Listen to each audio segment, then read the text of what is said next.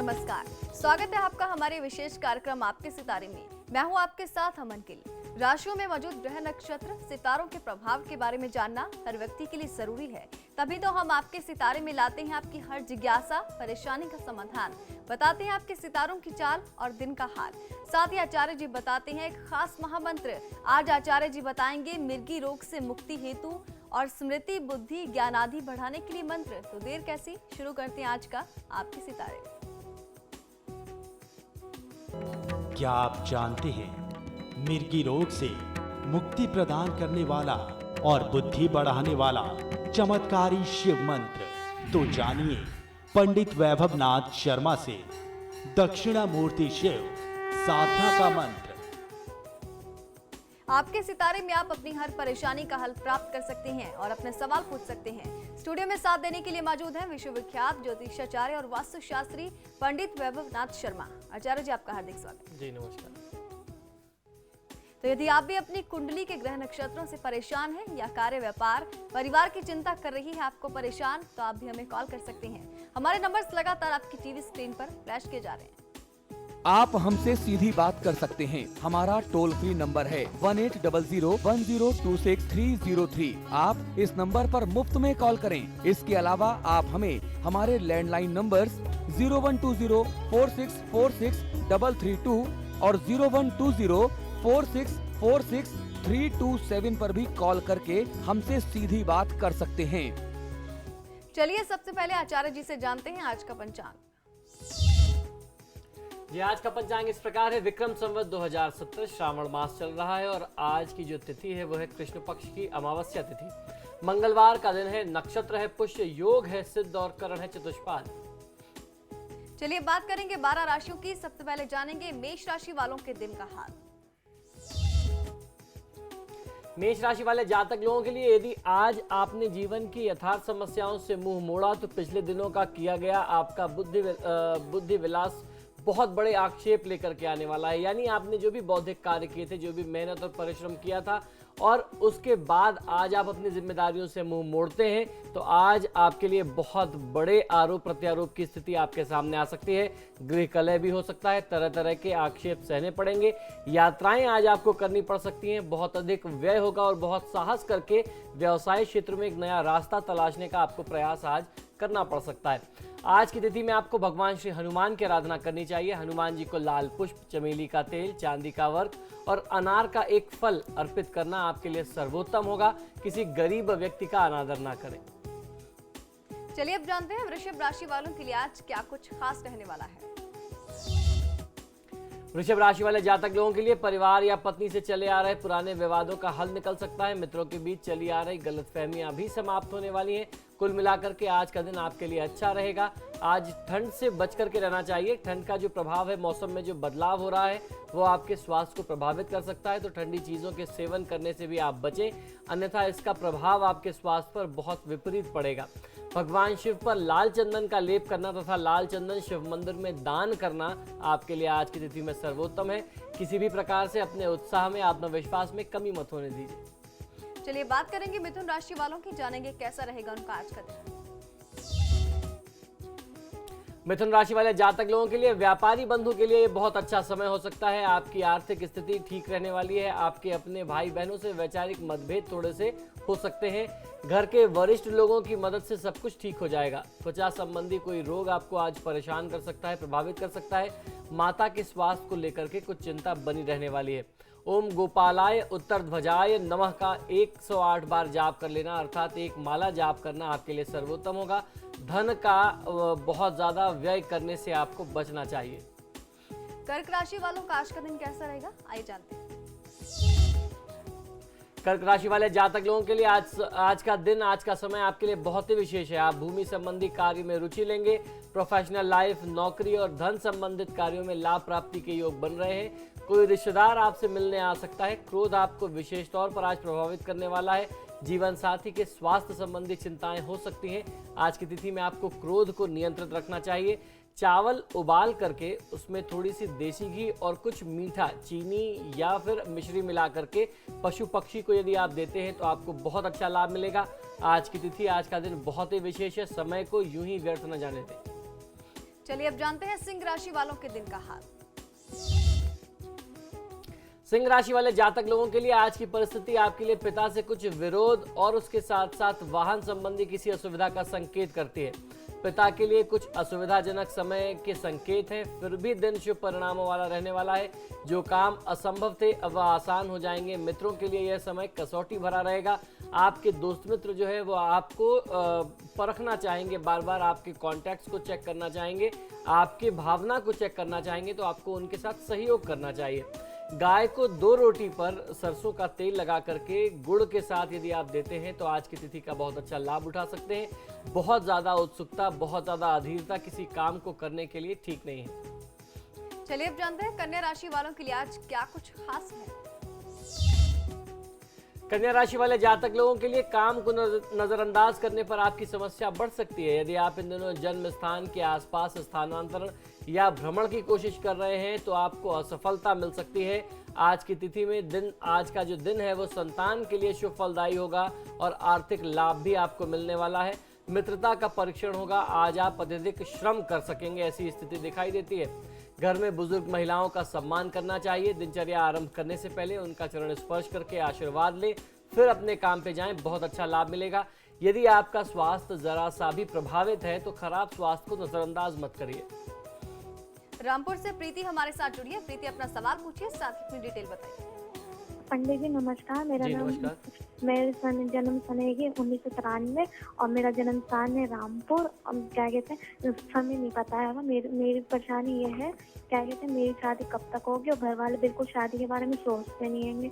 और love marriage होगी या अरेंज मैरिज होगी, जिससे शादी होगी वो इंसान कैसा होगा। जी बिल्कुल। देखिए, जहाँ तक आपके जन्म विवरण की जानकारी अधूरी है तो उस स्थिति में हम लोग प्रश्न लग्न से जवाब देने का प्रयास करते हैं। प्रश्न लग्न के अनुसार आपने विवाह से संबंधित प्रश्न पूछा। शनि की महादशा चल रही है। शनि जो है वह षष्ठेश और सप्तमेश हैं और बैठे हुए हैं उच्च राशि में तीसरे भाव में राहु के साथ। ये सारा संयोग ये बताता है कि आपका जो प्रश्न है अर्थात विवाह से संबंधित जो आपकी इच्छा है उसमें जिस तरीके से परिस्थितियां अभी चल रही हैं, विलंब है, परिवार का कोई उस तरफ ध्यान नहीं है, वह स्थितियां अभी बनी रहने वाली हैं। आपको विलंब का सामना अभी करना पड़ेगा। आपके विवाह के लिए अभी परिस्थितियां बहुत अच्छी नहीं बन रही हैं। ये जो संयोग है वो दिखाई देता है 21 जनवरी 2015 के बाद से। तो अभी से कम आप 1.5 साल का विलंब मान करके चलें और वर्तमान समय में भगवान शिव की आराधना करें, माँ पार्वती की आराधना करें। विवाह में जो विलंब है वो दूर हो जाएगा। अगली कॉलर नेहा हमारे साथ है रामपुर से। नेहा अपना सवाल पूछिए। जी हेलो जी नेहा अपना सवाल पूछिए। पंडित जी नमस्कार। जी नमस्कार, बताइए। पंडित जी मुझे अपने पतिदेव के बारे में पूछना, लेकिन उनकी डिटेल्स नहीं पता है मुझे। जी, क्या प्रश्न करना चाहती हैं, बताइए। एक तो मुझे जानना है कि उनका कामकाज सही चल रहा है। मेरी आपसे पहले बात हो चुकी है, मैंने बताया था कि इनकी मोबाइल की शॉप है। जी तो एक तो इनका कामकाज सही नहीं चल रहा, दूसरी इनकी सेहत पर कुछ ना कुछ लगा ही रहता है। कभी जी बिल्कुल। कोई दिक्कत हो जाती है, कभी कोई दिक्कत हो जाती जी है। बिल्कुल। देखिए, जो प्रश्न लग्न अभी मैंने बनाया था, प्रश्न लग्न का सबसे पहला लक्षण ये होता है कि एक समय में एक ही प्रश्न करना चाहिए। बहुत ही कम अंतर में प्रश्न लग्न जो है वो चेंज नहीं होता, तो उसके लक्षण सेम होते हैं, एक जैसे ही होते हैं, उसका प्रतिफल एक जैसा ही होता है। तो अभी की जो स्थिति है वो आपके पतिदेव के स्वास्थ्य और व्यापार के लिए बहुत शुभ नहीं है। आपको करना ये चाहिए कि आप अपने पतिदेव को सुझाव दें कि कच्चे दूध में थोड़ा सा जल मिला करके, काला तिल और शहद या चीनी मिला करके भगवान शिव का अभिषेक करें और ठीक इसी प्रकार से यह द्रव्य बना करके पीपल के वृक्ष में अर्पित करें। ये दोनों प्रक्रिया यदि आप आज से आरंभ करवा करके, जितने भी समय का ये सावन का पक्ष बचा है, जितना भी महीना बचा, अभी आज से ठीक पूरा 15 दिन का समय बचता है। अगर 15 दिन ये दोनों उपाय करते हैं लगातार तो निश्चित ही बहुत अच्छा फायदा मिल सकता है। इसमें स्वास्थ्य संबंधी समस्याओं में बहुत अच्छा लाभ मिलेगा और वहीं उनका व्यापार भी चल निकलेगा। रामपुर से अतुल हमारे साथ जुड़े। अतुल अपना सवाल पूछिए, साथ ही अपनी डिटेल बताइए। प्रणाम जी नमस्कार, बताइए। पंडित जी, मेरी एक रिश्तेदार हैं, उनका नाम है रिंकी जी। उनकी डेट ऑफ बर्थ है 9/10/79 जी। और समय है 9:15 सुबह का। जी। पंडित, इनके साथ बड़ी दिक्कत आई है। अभी शादी को 2 साल भी नहीं हुए और इनके हस्बैंड एक एक्सीडेंट में एक्सपायर हो गए और ये बहुत परेशान रहती हैं। अब मैं ये जानना चाहता हूँ इनकी आगे की जिंदगी कैसे चलेगी। इनके एक लड़का भी है साल भर का। जी बिल्कुल। देखिए इनकी कुंडली के अनुसार परिस्थितियां इनके लिए बहुत अच्छी नहीं बन रही हैं। राहु की महादशा में सूर्य की जो अंतर्दशा है, सूर्य का जो संयोग है, वह इस जातक के लिए बहुत ही अनिष्टकारी है और अभी ये समय काफ़ी बचा हुआ है। तो इससे ये पता चलता है कि इनके जीवन में आने वाले समय में भी काफ़ी कष्ट की स्थिति रहने वाली है। इनके लिए सबसे ज़्यादा आवश्यक ये है कि ये राहु और शनि के वैदिक मंत्रों का जाप करा करके शांति कराएं, क्योंकि शनि की स्थिति भी इनके लिए बहुत अच्छी नहीं है और राहु की महादशा तो पहले से ही इनके लिए खराब चल रही है। तो ऐसी परिस्थिति में ज़्यादा से ज़्यादा हनुमान जी की पूजा और महादेव शिव की पूजा करने से इनको फायदा मिल सकता है। मंगल भी इनकी कुंडली में नीच का है, तो ये भी बहुत ज़्यादा आवश्यक हो जाता है ये चेक करना कि इनका जिनसे विवाह हुआ था वह व्यक्ति मांगलिक था कि नहीं। इसी वजह से मंगल दोषों को लेकर के बहुत ज़्यादा चिंतित होते हैं। इनकी कुंडली मांगलिक भी है और मंगल नीच का भी है, तो ऐसी परिस्थिति में सबसे पहले इनके लिए मंगल का उपाय करना और राहु और शनि का जाप करा लेना वो ज़्यादा आवश्यक है। भगवान शिव और भगवान श्री हनुमान की आराधना करें, भगवान ने चाहा तो सब ठीक हो जाएगा। फिलहाल वक्त एक छोटे से ब्रेक का। ब्रेक के बाद जानेंगे बाकी राशियों का हाल, साथ ही जानेंगे आज का महाउपाय।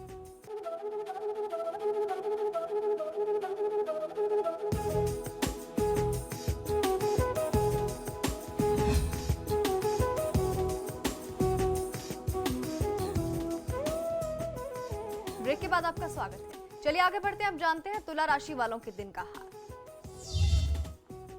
तुला राशि वाले जातक लोगों के लिए आर्थिक साधन के लिए किसी की मदद लेनी पड़ सकती है, परंतु आजीविका क्षेत्रों में या बाहर के व्यवसायिक रिश्तों में आपको बहुत अच्छी मदद स्वयं मिलेगी।